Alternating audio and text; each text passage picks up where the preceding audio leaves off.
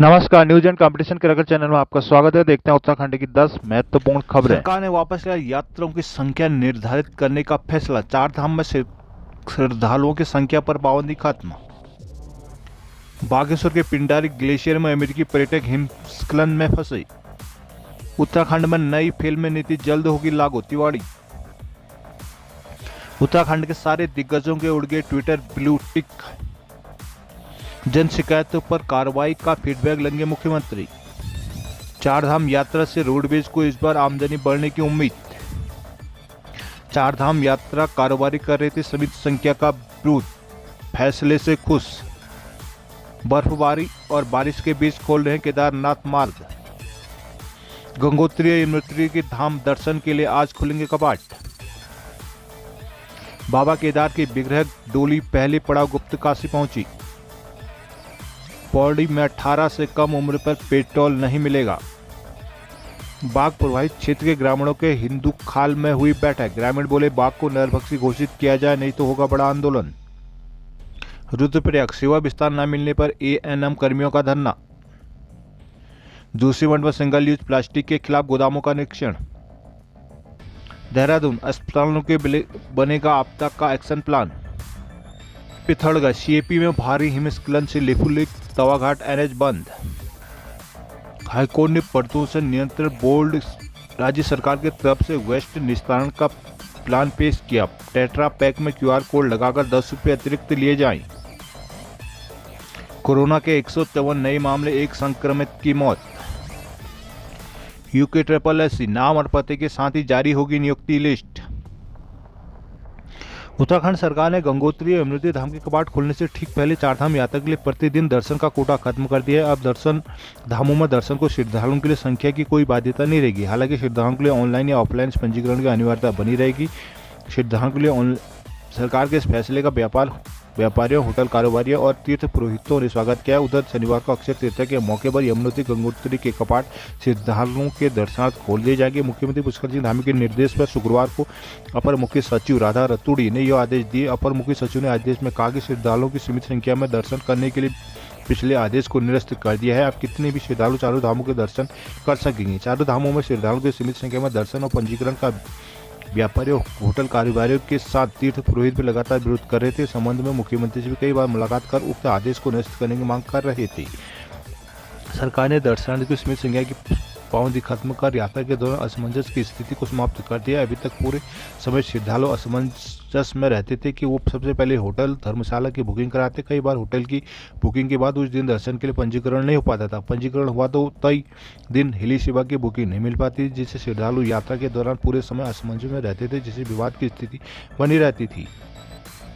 बागेश्वर साहसिक यात्रा पर निकले 13 अमेरिकी और एक भारतीय समेत 14 पर्यटकों का दल हिमस्खलन के कारण पिंडारी ग्लेशियर में फंस गया। बाद में ये पर्यटक खुद ही सुरक्षित स्थान पर पहुंच गए। सैटेलाइट फोन से इनकी सूचना जिला प्रशासन को दे दी गई। प्रशासन ने SDRF, मेडिकल टीम और राजस्व विभाग की टीम को 0 पॉइंट के लिए रवाना कर दिया है। 14 सदस्यीय दल 3 अप्रैल को पिंडारी ग्लेशियर रवाना हुआ था। वहां से दल को लीलम तक जाना था। गुरुवार रात दल के सदस्य पिंडारी में हिमस्खलन में फंस गए, जिसका ज्यादातर सामान भी बर्फ में दब गया। सूझबूझ दिखाते हुए दल के सभी सदस्य किसी तरह सुरक्षित बच गए और 0 पॉइंट में पहुंच गए। जिलाधिकारी अनुराधा पाल ने बताया कि कपकोट से SDRF और मेडिकल की टीम को 0 पॉइंट के लिए रवाना कर दिया गया। देर रात उनका संपर्क आपस में हो जाएगा, जिन्हें वापस बागेश्वर लाया जाएगा। देहरादून पुरानी पेंशन बहाली को लेकर राष्ट्रीय पुरानी पेंशन बहाली संयुक्त मोर्चा के प्रतिनिधि मंडल ने सीएम पुष्कर सिंह धामी से मुलाकात की। सीएम धामी ने आश्वासन दिया कि सरकार पूरी तरह कर्मचारियों के साथ खड़ी है। केंद्र सरकार के स्तर पर कमेटी का गठन कर दिया गया है।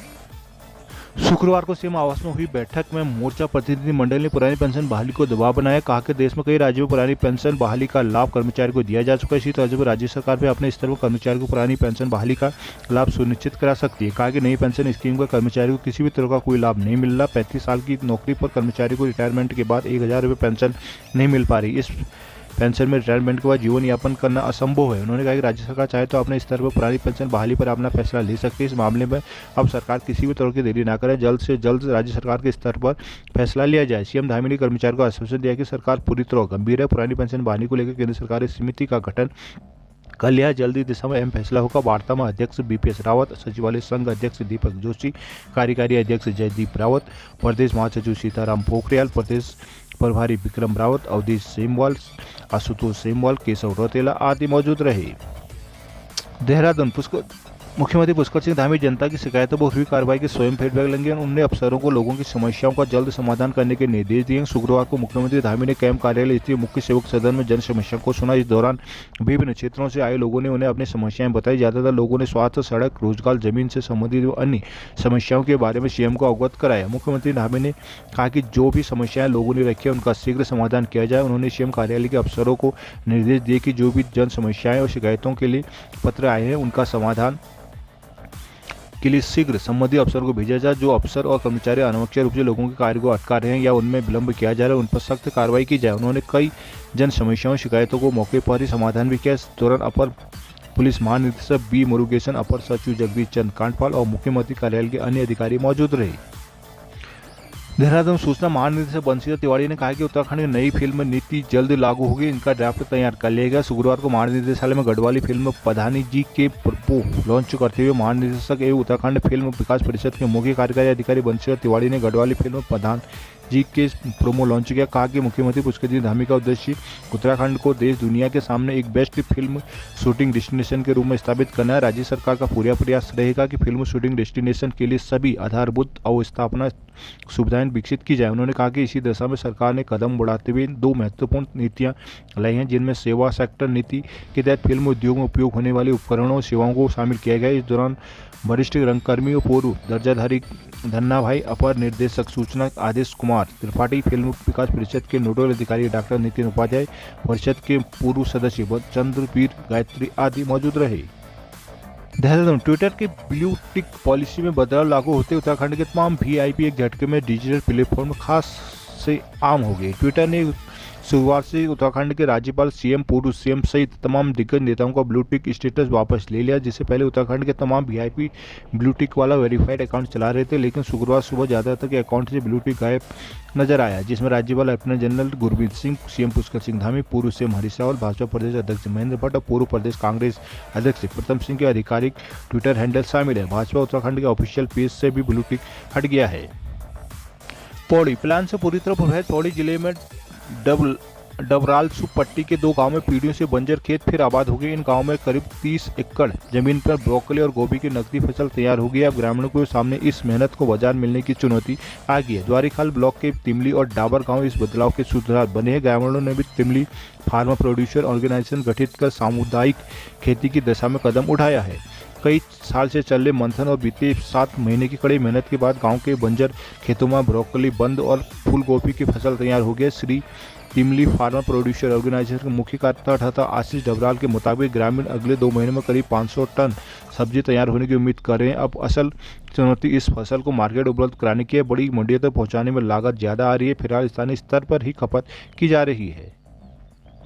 देहरादून वन भूमि पर मार्च से 2020 के बाद हुए अतिक्रमण को 3 दिन में चिन्हित करना होगा। शुक्रवार को पीसीसी विनोद सिंघल ने अफसरों को अल्टीमेटम दिया था। उन्हें धार्मिक स्थलों के अतिक्रमण विशेष फोकस करने को कहा गया। बैठक में सामने आएगी देहरादून, हल्द्वानी और हरिद्वार में कई जगह वक्फ की जमीनों भी रिजर्व फॉरेस्ट में उनका भी पता लगाने को कहा गया। सिंघल ने बताया कि 2020 के बाद वन भूमि में कितना अतिक्रमण हुआ, डाटा उपलब्ध नहीं है। ऐसे में गढ़वाल व्रत, कुआं व्रत व वाइल्ड लाइफ में अप्रैल 2020 से अब तक जो भी अतिक्रमण हुआ उसे चिन्हित करने के निर्देश दिए हैं। धार्मिक स्थल, खेती, रिहायशी, गुज्जर तथा अन्य अवैध कब्जे चिन्हित करने को कहा गया। अफसरों को एक फॉर्मेट दिया है जिसमें मंदिर, मस्जिद, कब्रिस्तान, गुरुद्वारा व चर्च का अलग अलग ब्यौरा देने को कहा गया है। इसके अलावा जो अतिक्रमण चिन्हित है उनके खिलाफ वन अधिनियम के तहत कार्रवाई के भी निर्देश दिए गए हैं। बैठक में अतिक्रमण हटने के नियुक्त नोडल अधिकारी सीसीएफ डॉक्टर पराग मधुकर धकाते, एपीपीसीएफ विपित गुप्ता, निर्देशक राजश्री डॉक्टर साकेत बटोला सहित कई अधिकारी मौजूद रहे। रुद्रप्रयाग केदारनाथ धाम यात्रा शुरू होने में 3 दिन शेष है। ऐसे में केदारनाथ और पैदल मार्ग में लगातार मौसम खराब हो रहा है। यात्रियों में भारी व्यवधान भी डाल रहा है। यहाँ बर्फबारी और बारिश में रास्ता खोलने की काम किया जा रहा है। यात्रा तैयारी को युद्धस्तर पर करने के लिए जिलाधिकारी मयूर दीक्षित स्वयं यहाँ चल रहे कार्य की निगरानी कर रहे हैं। जिलाधिकारी ने बताया कि बीते 2 दिनों में मौसम खराब होने से केदारनाथ धाम और केदारनाथ यात्रा मार्ग में बारिश और बर्फबारी हो रही है, जिससे यात्रा व्यवस्थाओं और कार्यों में व्यवधान हुआ। फिर भी व्यवस्थाएं की जा रही है। बताया कि भैरव गधेरी के समीप ग्लेशियर आने के कारण अवरुद्ध हुआ मार्ग शुक्रवार को खोल दिया जाएगा। केदारनाथ धाम में हुई पेयजल लाइनें, विद्युत पोल और ट्रांसफार्मर बनाए जा रहे हैं। टेंट को भी बर्फबारी से क्षति हुई। उन्होंने कहा कि केदारनाथ धाम और यात्रा मार्ग में श्रमिक व्यवस्थाओं को दुरुस्त करने में जुटे हैं। मजदूर कठिन परिस्थितियों में काम कर रहे हैं। उत्तरकाशी मुखवा गांव में शीतकालीन प्रवास के बाद शुक्रवार को मां गंगा के उत्सव डोली गंगोत्री धाम के लिए रवाना हुई। वहीं मां यमुना की डोली आज सुबह खरसाली से रवाना होगी। दोनों धामों के कपाट शनिवार दोपहर में विधि विधान से दर्शनों के लिए खोले जाएंगे। शुक्रवार को मुखवा मां गंगा को विदा करते वक्त स्थानीय महिलाओं के आंखों में आंसू आए थे। डोली को पारंपरिक रीति रिवाज के साथ मन के कलेऊ स्थानीय पकवान लेकर विदा किया गया। विशेष पूजा अर्चना के बाद तय मुहूर्त के अनुसार दोपहर 12:15 में मां गंगा के उत्सव डोली 11वीं बटालियन के जैक लाई बैंड और स्थानीय वाद्य यंत्रों की धुन के साथ गंगोत्री की रवाना हुई। डोली यात्रा में मुखवा, थराली, हर्सिल के ग्रामीणों और देश विदेश से पहुंचे श्रद्धालु शामिल हुए। मुखवा से निकलने वाली मार्कंडेयपुरी स्थित दुर्गा मंदिर में कुछ देर के लिए उत्सव डोली ने विश्राम किया और फिर प्राचीन पैदल मार्ग से होते हुए भैरव घाटी पहुंची। मंदिर समिति के अध्यक्ष हरी सेमवाल ने बताया कि शनिवार सुबह तड़के डोली यात्रा गंगोत्री के रवाना होगी। मौके पर गंगोत्री मंदिर समिति के सचिव सुरेश सेमवाल, दीपक सेमवाल, प्रेम बल्लभ सेमवाल, वासुदेव सेमवाल, मदनाचल सूर्य प्रकाश, माया प्रसाद सेमवाल, निखिलेश सेमवाल आदि मौजूद रहे।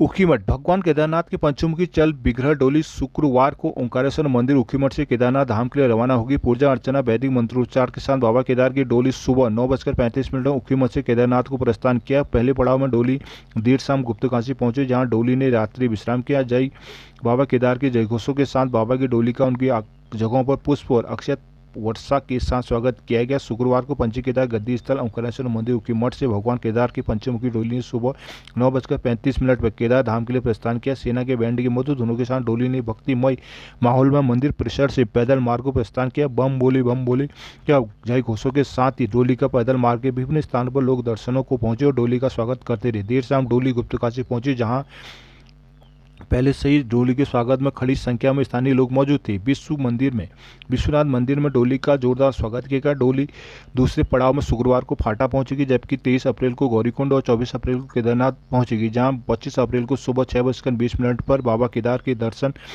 देश विदेश के भक्तों के लिए दर्शनार्थ खोल दिए जाएंगे। उधर बीती रात केदारनाथ धाम के क्षेत्रपाल भगवान भैरवनाथ की पूजा अर्चना की गई। देर रात तक हुई पूजा अर्चना में बड़ी संख्या में भक्तों ने भगवान भैरवनाथ से खुशहाली की प्रार्थना की। डोली के केदारनाथ धाम प्रस्थान होने के स्थान पर बद्रीनाथ केदारनाथ मंदिर समिति अध्यक्ष अजय के साथ ही तीर्थ पुरोहित, स्थानीय जनता व भक्तों ने खुशी व्यक्त की। पौड़ी डीएम पौड़ी ने सख्त हिदायत दी है कि 18 साल से कम उम्र वालों को पेट्रोल न दिया जाए। उन्होंने सड़क सुरक्षा समिति की बैठक में सड़क दुर्घटना को रोकने की दिशा में उठाए जा रहे कदमों की समीक्षा की। डीएम ने लोक निर्माण विभाग के अफसरों को भी आपदा में क्षतिग्रस्त हुई सड़कों को लेकर फटकार लगाए। बैठक में डीएम आशीष चौहान ने श्रद्धालुओं पर द्वारा तेज रफ्तार से वाहन चलाने की शिकायत दर्ज की थी। कई बार तो शहर के भीतर तेज रफ्तार बाइकर लोगों को नुकसान पहुंचा रहे, जिस पर डीएम ने दोपहिया वाहनों की दुर्घटना को अंकुश लगाने के 18 वर्ष से कम आयु के बच्चों को ईंधन न देने के निर्देश दिए हैं। डीएम डॉक्टर आशीष चौहान ने रेखणी खाल और नीलकंठ मोटर मार्गों की खराब स्थिति को लेकर लोक निर्माण दुगट्टा के साथ ही संबंधित एसडीएम को फटकार लगाई। कहा कि ये मोटर मार्ग वित्तीय वर्ष की आपदा से जगह जगह क्षतिग्रस्त हुए, लेकिन अभी तक सड़कों को एनडीआरएफ ने टेकअप नहीं किया गया, जो कि घोर लापरवाही है। डीएम ने जिले की 10 सबसे खराब सड़कों की सूची उपलब्ध कराने के निर्देश दिए हैं। डीएम ने सौड़, छातीखाल, डुंगरीपथ मोटर मार्ग की स्थिति को सुधारने के निर्देश दिए हैं। साथ ही लोक निर्माण से सड़कों का पैचवर्क समय पर करने के निर्देश दिए हैं। धूमाकोट, नैनी, डांडा और रिखणी खाल के बाघ प्रभावित क्षेत्र के ग्रामीणों ने शुक्रवार को हल्दू खाल में बैठक कर बाघ को नरभक्षी घोषित करने की मांग के साथ ही कहा कि प्रशासन और वन विभाग की ओर से अभी तक जो भी कदम उठाए गए वो नाकाफी है, जिससे क्षेत्र में दहशत का माहौल बना हुआ है। हल्दू खाल में शुक्रवार को बैठक में वक्ताओं ने बाघ के न पकड़े जाने पर रोष प्रकट करते हुए कहा कि समस्या का शीघ्र समाधान न हुआ तो क्षेत्र के लोग उग्र आंदोलन के लिए विवश होंगे। बैठक के बाद मुख्यमंत्री को ज्ञापन भेजा गया, जिसमें मांग की गई कि बाघ को शीघ्र नरभक्षी घोषित कर उसे मारने के लिए आदेश दिए जाएं। साथ ही मनरेगा व अन्य योजनाओं के माध्यम से ब्लॉक के सभी गाँव में झाड़ी कटान का काम हो। गाँव में फैल चुकी झाड़ियों के कारण जंगली जानवर की आवाजाही आबादी क्षेत्र में हो रही है। मांग यह भी की गई गांव में तालबाड़ की योजना अमल में लाई जाए, क्षतिग्रस्त को खोगे तारबाड़ को भी ठीक किया जाए। ग्रामीणों का कहना है कि कार्बेट पार्क हमारे क्षेत्र के लिए अभिशाप बन गया है। आए दिन बाघ से लेकर गुलदार आदि के हमलों में ग्रामीणों को अपनी जान गंवानी पड़ती है। मैदावन क्षेत्र में पर्यटक गतिविधियों को शुरू किया जाना चाहिए। बैठक में सामाजिक कार्यकर्ता संजय गौड़, सुरेंद्र प्रताप, मनोज करकपाल, चमन सिंह, कमलेश ध्यानी आदि मौजूद रहे। पिथौरागढ़ दारमा घाटी के चीन सीमा को जोड़ने वाली सोबला डागर सड़क पर बॉलिंग में ढाकला व गलछिन नाले में ग्लेशियर टूटने से सड़क बंद होगी। सीपीडब्ल्यूडी के एई अनिल बंगनियाल ने बताया कि सड़क खोलने का कार्य किया जा रहा है। छकला गलछिन नाले में लगभग 30 मीटर हिमस्खलन हुआ है। शुक्रवार को भी वहां बर्फबारी के साथ बारिश हुई। गांव में लगभग 1 फीट बर्फ जमी हुई है। सीमा की अंतिम चौकी दावई बिदांग में 2 फीट से अधिक बर्फबारी हुई है। ग्लेशियर में शेपी में भारी हिमस्खलन से लिपुलेख तवाघाट एनएच पूरी तरह से ठप हो गया है। एनएच के बंद होने के बाद गूंजी, नाभी, खूंटी, नपलचू के साथ ही आदि कैलाश और ओम पर्वत का सड़क संपर्क देश से कट गया है। उच्च हिमालयी क्षेत्रों में बर्फबारी के बाद यहाँ हिमस्खलन हुआ है। गूंजी और गरब्यांग हिमस्खलन के बाद अलग थलग पड़ गया है। सीपी में खलंगा नाले में ग्लेशियर से भारी संख्या में हिमस्खलन टूटकर पहुंचे। यहाँ कई मीटर तक बर्फ जमा होने से एनएच में वाहनों के साथ आमजन की आवाजाही भी कठिन हो गई। सीमांत के कई माइग्रेशन गांवों का देश से संपर्क टूट गया। सीमांत के है आदि कैलाश ओम पर्वत की यात्रा पर भी संकट के बादल मंडराने लगे हैं। प्रशासन ने 4 मई से शुरू करने का ऐलान किया था। एनएच के बंद होने कई जगह हिमस्खलन खतरा होने से यात्रा समय पर कराना कठिन हो गया है। हालांकि स्थानीय स्तर पर बीआरओ के सूत्रों ने यात्रा शुरू होने से पहले ही सड़क को खोलने का दावा किया है। जानकार कृष्ण सिंह गरब्याल ने बताया कि कांगला नाले में हर तरफ बर्फ ही बर्फ नजर आ रही है कि कहाँ कि कई जगह हिमस्खलन का खतरा बना हुआ है। नैनीताल टेट्रा पैक में शराब बिक्री मामले में शुक्रवार को राज्य सरकार की ओर से राज्य प्रदूषण नियंत्रण बोर्ड ने हाईकोर्ट में वेस्ट निस्तारण का प्लान प्रस्तुत किया, जिसमें कहा गया कि शराब के टेट्रा पैक पर क्यूआर कोड लगाए जाएं, जिसके एवज में ग्राहक से 10 रुपये अतिरिक्त लिए जाएं। जब ग्राहक खाली टेट्रा पैक को उसी दुकान पर वापस करेगा तब उसे यह 10 रुपये वापस मिल जाएंगे। पर्यावरण संरक्षण का यह सबसे बेहतर उपाय है। मुख्य न्यायाधीश न्यायमूर्ति विपिन सांघवी, न्यायमूर्ति न्यायाधीश आलोक कुमार वर्मा के खंडपीठ ने मामले में अगली सुनवाई के लिए 24 अप्रैल तय करते हुए इस प्लान को लागू करने का तरीका बनाने को कहा है। फिलहाल कोर्ट ने टेट्रा पैक में शराब बिक्री पर रोक को बरकरार रखा है। हाईकोर्ट में पहुंचे इस मामले के अनुसार चंपावत निवासी नरेंद्र चंद ने नई आबकारी नीति के तहत 200 मिलीमीटर के टेट्रा पैक में शराब की बिक्री पर रोक लगाने संबंधी याचिका दायर की थी। उनका कहना है कि नई आबकारी नीति के अनुसार राज्य में 200 मिलीमीटर लीटर के टेट्रा पैक में शराब बेचने की योजना है। याचिका में कहा गया कि यह सरकार की प्लास्टिक वेस्ट नियमावली के विरुद्ध है। इस वजह से पर्यावरण को भारी नुकसान होगा। पर में इस पर सुनवाई करते कोर्ट ने टेट्रा पैक में शराब बिक्री की पर रोक लगा दी थी। कोर्ट ने सरकार के मामले में जवाब पेश करने को कहा था। प्रदूषण नियंत्रण बोर्ड की तरफ से कहा गया कि शराब विक्रेता ग्राहक से निर्धारित मूल्य से 10 रुपये अधिक लें। साथ में यह भी शर्त रखेंगे 10 रुपये तभी वापस होंगे जब उपयोग के बाद टेट्रा पैक उसे वापस किया जाएगा, ताकि वापस हुए टेट्रा पैक को निस्तारण के लिए निकायों और अन्य रिसाइकलिंग सेंटरों में भेजा जा सके। क्यूआर कोड नहीं होने से सभी उपभोक्ता वेस्ट को प्रदेश के किसी भी कोने में जहां तहां फेंक देते हैं। इस वजह से पर्यावरण को काफ़ी नुकसान हो रहा है। कोर्ट को बताया गया प्रदेश में प्रति वर्ष करीब 10 करोड़ टेट्रा पैक की खपत है, जिन्हें आज तक नहीं उठाया गया।